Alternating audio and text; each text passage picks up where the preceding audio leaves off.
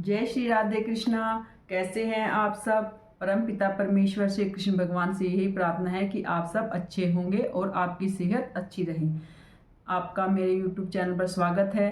आज बात करते हैं कार्तिक मास के कुछ नियम के बारे में। क्या हमें नियम लेने हैं, क्या छोड़ रहे हैं, कौन सा नियम सबसे ज़रूरी है, ये सब बातें करेंगे। और कब हमें ये नियम लेने चाहिए और क्या इस मास के दिखता है। कृष्ण भगवान को जो कार्तिक का मास है वो सबसे अधिक प्रिय होता है।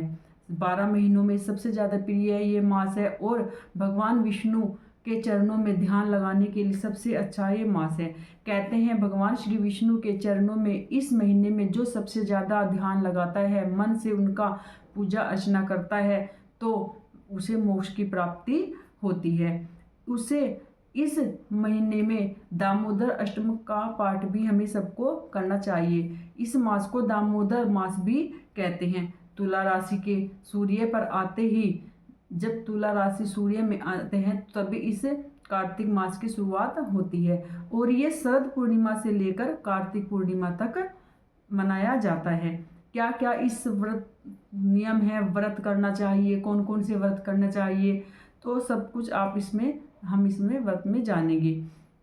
कुछ नियम आप इसमें से ले सकते हैं, कुछ छोड़ सकते हैं अपने इच्छा के अनुसार। वैसे तो हमें सभी नियमों का पालन करना चाहिए, लेकिन नियम लेने से पहले हमें इन बातों का भी ध्यान रखना चाहिए कि हम उन्हीं नियमों का पालन लें, संकल्प लें जिनका हम पूरे महीने पालन कर सकते हैं। अगर आपने नियम ले लिए और वह नियम हमारे बीच में छूट गए तो फिर थोड़ा सा अशुभ होता है और थोड़ा सा हमारे मन में भी अशांति का भाव उत्पन्न हो जाता है। मन में एक अजीब सा उच्चाहट रहता है कि मन नियम लिया था लेकिन हमसे बीच में छूट गया।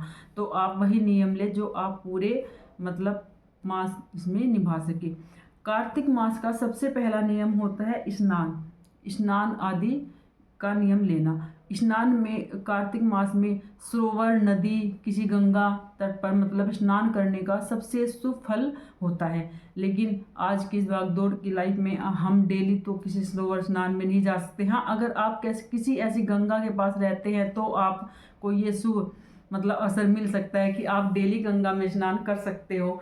लेकिन अगर आपके पास ऐसा नहीं है तो हम सब फिर घर पर ही पानी में गंगा जल, तिल और आंवला मिलाकर स्नान कर सकते हैं। और इस महीने में तुलसी डालकर भी, तुलसी दल के पानी से भी स्नान करना बहुत ही शुभ माना जाता है। दूसरा नियम है तुलसी नियम। इस मास में जो कार्तिक मास में कहते हैं ना, जो तुलसी है वो तुलसी जो है कार्तिक मास का एक हृदय मान लो। तुलसी के बिना कार्तिक मास का कोई नियम है नहीं। सबसे जरूरी नियम तुलसी का ही है। अगर आप कोई भी नियम नहीं लेते हैं तो तुलसी का नियम तो आपको पूजा अर्चना का लेना ही है। आपको सुबह शाम तुलसी पर दिया जलाना है।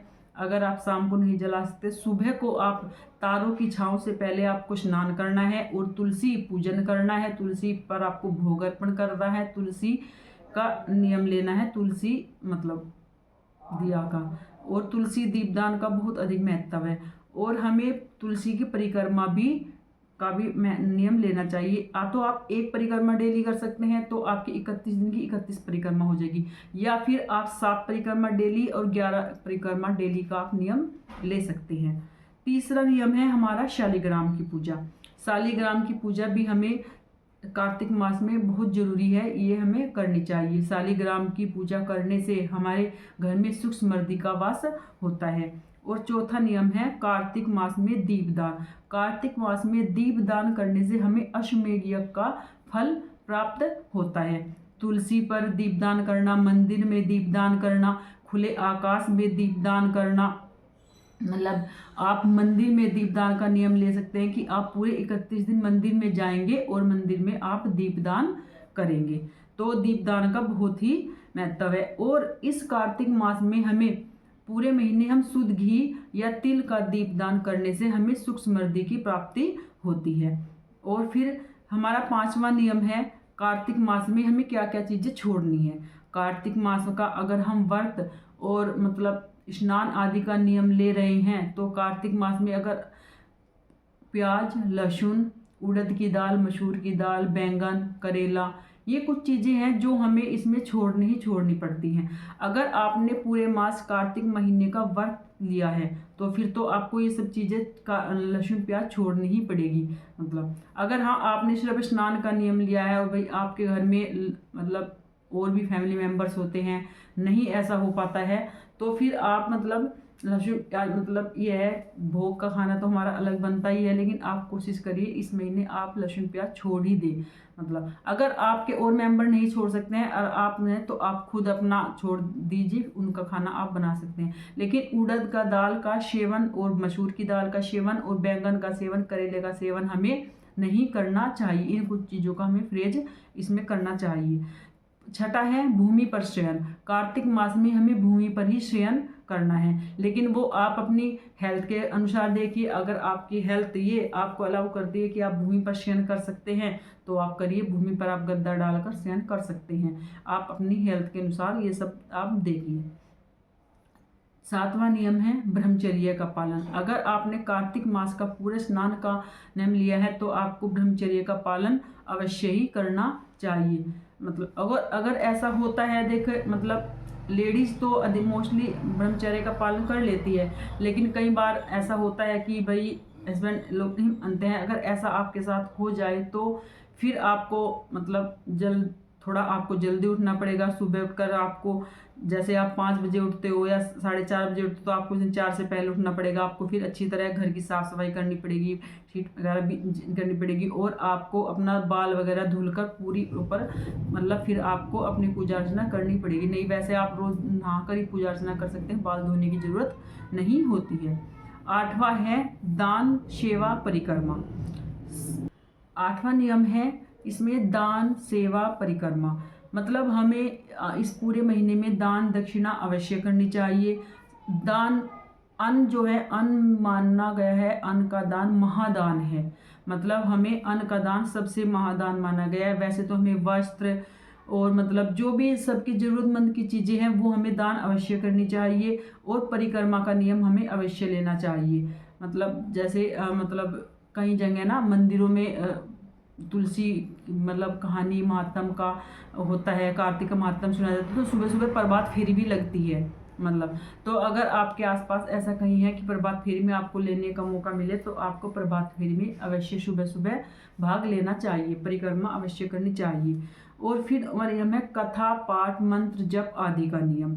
आपको डेली कार्तिक की कथा भी सुनी है, कार्तिक का महात्म भी सुनना है, मंत्र जप लेना है, संकल्प लेना है। आप पहले ही मतलब या तो आपने चतुर्मास का नियम लिया, जैसे मैंने 4 महीने का नियम लिया हुआ है कि हाँ मुझे इतना ये जप करनी है।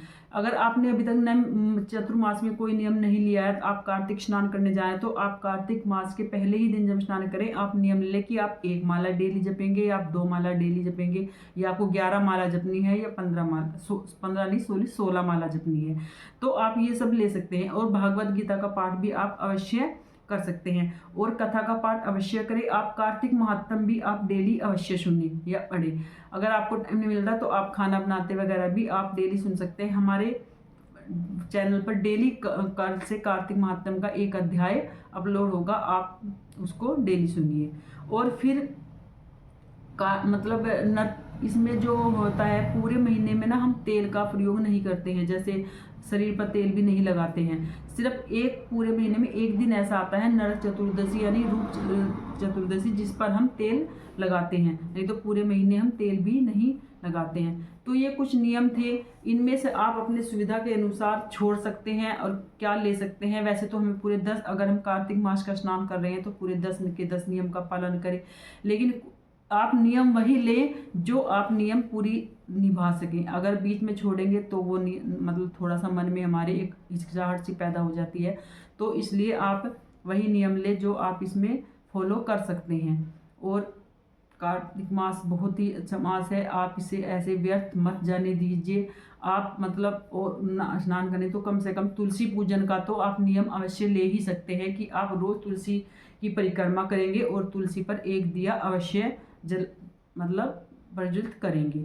और तिल का तेल का दिए और घी का तेल का दिए का इस मतलब कार्तिक मास में बहुत ही शुभ फल मिलता है। या तो आप तिल का तेल का दिया जलाएं या आप शुद्ध घी का तेल का दिया आप जला सकते हैं। आपको वीडियो कैसी लगी है, जानकारी पसंद आई है तो प्लीज़ चैनल को लाइक करें, शेयर करें, सब्सक्राइब करें ताकि आपको सभी आने वाली वीडियो समय से मिल सके। कार्तिक महात्म भी कल से एक वीडियो डेली अपलोड होगी आपके समक्ष इस चैनल पर, तो आप चैनल को सब्सक्राइब कर लीजिए और आइकन बेल भी प्रेस कर लीजिए ताकि सभी वीडियो आपको टाइम से मिल सके। और अंत में राधे राधे। कमेंट में बताइए आप इसमें कौन से नियम ले रहे हैं, कौन से नियम छोड़ रहे हैं, कहाँ से आप मेरी वीडियो देख रहे हैं। और कमेंट में श्री लक्ष्मी नारायण भगवान की जय या राधे राधे, जय श्री कृष्ण का नारा अवश्य लगाइए। और अंत में राधे राधे फ्रेंड्स, मिलते हैं नए टॉपिक पे नई वीडियो के साथ आपके साथ।